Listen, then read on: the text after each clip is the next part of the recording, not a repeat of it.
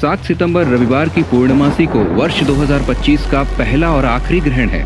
ये होगा खग्रास चंद्र ग्रहण, टोटल ल्यूनर इक्लिप्स। इस ग्रहण का समय भारत तथा विदेश में मुख्य जगहों पर क्या होगा, सूतक का समय क्या होगा, ग्रहण शुरू होने से पहले, ग्रहण के वक्त और ग्रहण के बाद आपको क्या करना है, कौन से काम आपको इस समय नहीं करने हैं और वे कौन से काम होंगे जो करने से आप ग्रहण जैसे कठिन काल में भी थोड़ा नहीं अनगिनत फायदा उठा लेंगे। आइए अभी इस वीडियो में हम समझ लेते हैं। ग्रहण के समय होता क्या है कि सूरज या चांद के किरण पृथ्वी पर आप तक नहीं पहुंचते, तो इनसे सूक्ष्म तत्वों में जो हलचल होती है वो हो जाती है बंद, जिसका मतलब ये है कि हमारे शरीर के अंदर जो सूक्ष्मतम अवयव है, इनमें भी हलचल नहीवत हो जाती है। यही कारण है कि ग्रहण के समय कोई भी गंदा भाव या गंदा कर्म होता है तो वो स्थायी हो जाता है, क्योंकि पसार नहीं हो पाता है। इसलिए इस समय बड़ी सावधानी बरतें। पर अगर आप इस ग्रहण के समय में या फिर इससे थोड़ा पहले से ही अच्छे विचारों, अच्छे कर्मों में लगते हैं तो अच्छाई गहरी स्थिर हो जाएगी, तो व्यक्ति के स्वभाव में, मति गति में सुख शांति आएगी, आयु, आरोग्य व पुष्टि मिलेगी। ग्रहण के कालावधि की बात करें तो भारत में अहमदाबाद में 7 सितंबर को इस चंद्र ग्रहण का समय रहेगा रात्रि 9:57 से मध्यरात्रि 1:26 तक। अंग्रेजी के हिसाब से 7 सितंबर 9:57 PM से 8 सितंबर 1:26 AM तक, यानी लगभग 3.5 घंटे। करीब यही समय पूरे भारत भर के लिए रहेगा। विदेशों के मुख्य जगहों के समय डिस्क्रिप्शन में दिए गए हैं। चंद्र ग्रहण का सूतक शुरू होगा 3 प्रहर यानी 9 घंटे पहले, दोपहर 12:57 से। सूतक काल से पहले ही आपको भोजन कर लेना है। सूतक शुरू होने के बाद और ग्रहण के अंत तक आपको कुछ भी खाना नहीं है, ध्यान रहे। इससे आयु, आरोग्य, बुद्धि की विलक्षणता बनी रहेगी। वैसे बच्चे, बूढ़े, बीमार और गर्भवती महिलाएं ग्रहण शुरू होने के 4.5 घंटे पहले तक खा पी लेंगे तो भी चल जाएगा, अर्थात इस बार 5:27 तक। सूतक के पहले ही कुश, तिल या तुलसी पत्ते खाद्य पदार्थों में डाल दें, ताकि वे सूतक और ग्रहण काल में भी दूषित न हो। लेकिन पका हुआ अन्न तो आपको त्याग ही देना है, भले गाय, कुत्ते आदि को डाल देवे।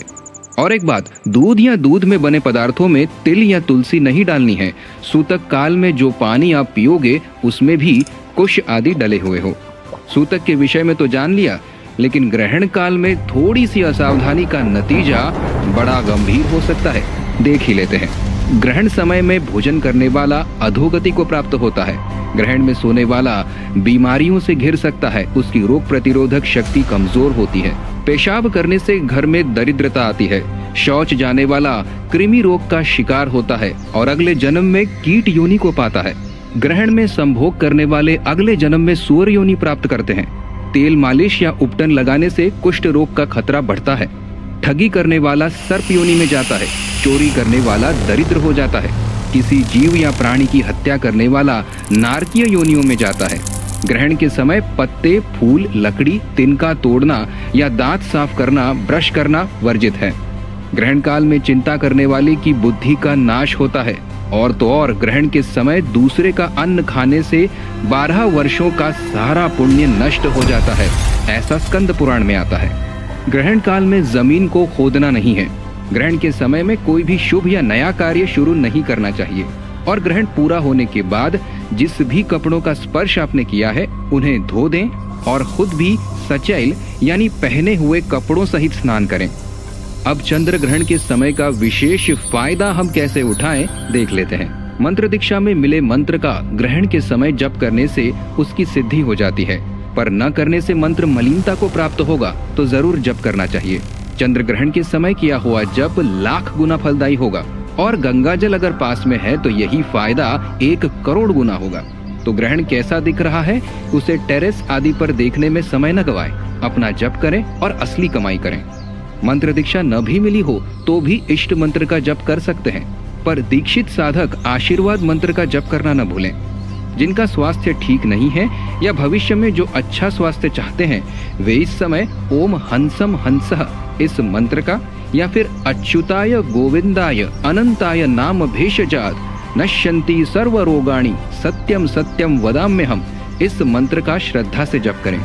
ब्रह्मचर्य में सफलता चाहने वाले ओम अर्यमायै नमः का जप कर सकते हैं। ग्रहण के समय गायों को घास, पक्षियों को अन्न, जरूरतमंदों को वस्त्र और उनकी आवश्यक वस्तु दान करने से अनेक गुना पुण्य प्राप्त होता है। और विलक्षण बुद्धि अगर कोई पाना चाहता है तो उसके लिए एक खास प्रयोग है।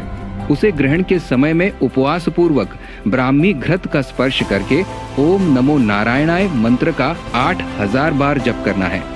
ग्रहण समाप्ति के बाद सचैल स्नान करके उस घृत को पी ले।